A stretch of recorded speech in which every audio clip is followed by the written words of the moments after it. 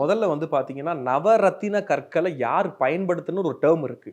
இன்னைக்கு இருக்கு எனக்கு தெரிஞ்ச செலிபிரிட்டிஸ்ல 2 பேருக்கு தான் அந்த மாதிரியான ஒரு ஜாதக அமைப்பு கொண்டவங்க இருக்காங்க. ஃபர்ஸ்ட் வந்து ரஜினிகாந்த் சார். ராகு கேதுக்குள்ள எல்லா பிளானட்டும் அடங்கியிருக்கும். வளர்பிறை சந்திரன்ல இருக்கும். அதுக்கு பேரு நாகதோஷம் இல்லாத ஜாதகமா இருக்கும். அவர்கள் 9 கிரகத்தையும் ஆளுமை தன்மை பண்ணக்கூடிய கேப்பபிலிட்டி இருக்கும். அவங்களுக்கு அந்த பவர் சேரும். 2வது வடிவேல் சார் யூஸ் பண்றாரு. ஆமா சார், கையில பாத்துருக்கோம்.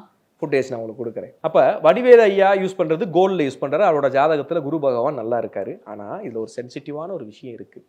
நீங்கள் ஏதாவது தவறு செய்தீர்கள் என்றால், ஏதாவது மக்களை ஏமாற்றுவதோ துரோகம் பண்ணுவதோ மற்றவனுடைய சாபத்தை வாங்கக்கூடிய விஷயங்களை ஏதாவது செஞ்சீங்கன்னா இந்த 9 கிரகமும் உங்களுக்கு ரிவர்ஸ்ல வேலை செஞ்சு எங்க இருந்தீங்களோ ஆரம்பிச்சது கீழே உங்களை கொண்டு போயிருவாங்க. உங்க பேரே காணாம போயிடும். இதுல ரொம்ப தெளிவா இருக்கிறவரு ரஜினி சார். கரெக்டா தர்மம்னா என்ன, பாதையில போகணும், முடியும்னா முடியும், முடியாதுன்னா பின் வாங்கிடுவாரு, தேவையெல்லாம் மாட்ட மாட்டாரு. வடிவேல் சார் எங்க இருந்து போய் இப்ப எங்க இருக்காருன்னு உங்க எல்லாருக்குமே தெரியும்.